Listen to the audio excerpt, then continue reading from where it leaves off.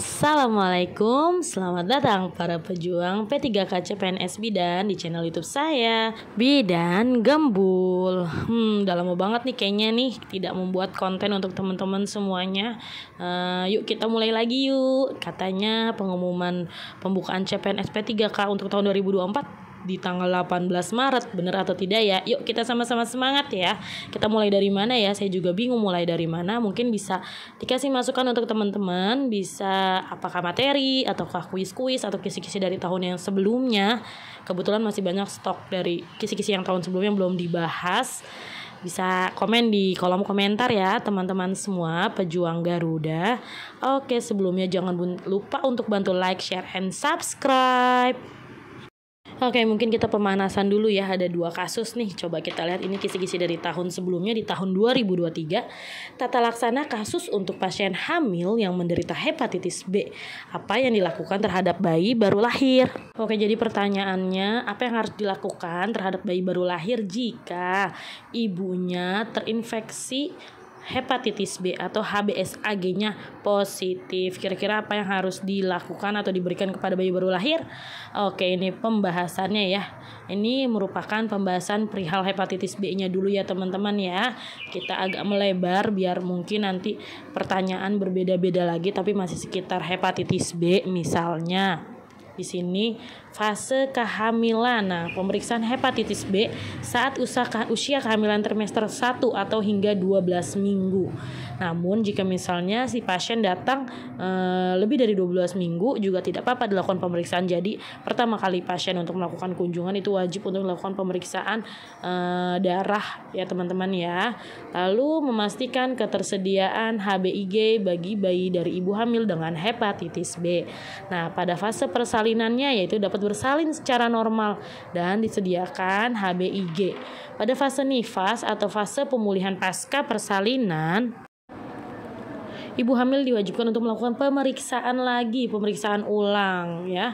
Lalu pada fase perlindungan bayi ini ya, pastikan pemberian HBI setelah pemberian HB0 bagi bayi dari ibu dengan hepatitis B. Lalu melakukan pemeriksaan atau tes HBsAg bagi bayi dari ibu dengan hepatitis B pada usia 9 bulan. Jadi gini, tadi untuk pertanyaan yang tadi jawabannya adalah diberikan imunisasi atau vaksinasi HBI. Diberikannya setelah pemberian imunisasi HB0. Jadi HB0 dan HBI.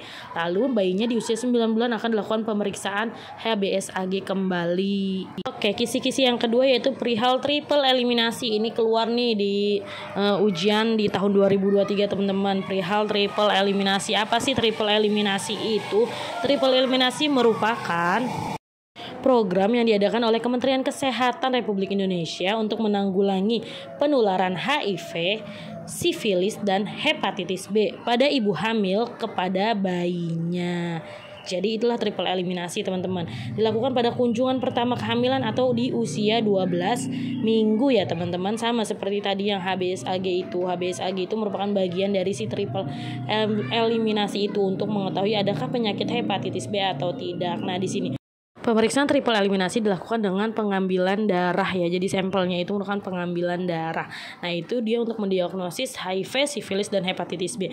Untuk jika memang hasilnya positif nih seperti yang ada di tabel ini teman-teman, yang harus dilakukan apa kepada baik untuk ibu dan baik untuk bayinya. Misalnya kayak HIV.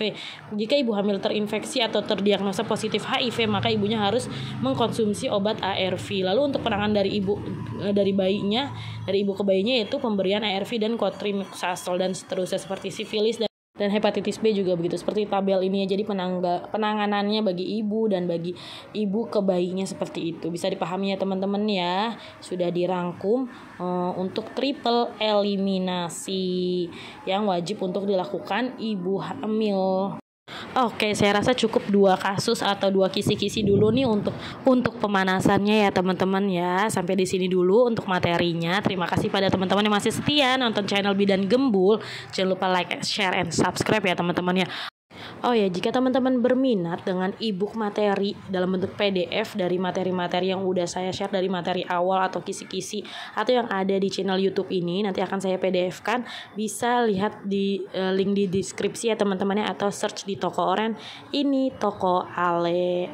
gitu ya teman-teman ya. Terima kasih semuanya, tetap semangat pejuang Garuda, bantu like, share, and subscribe ya.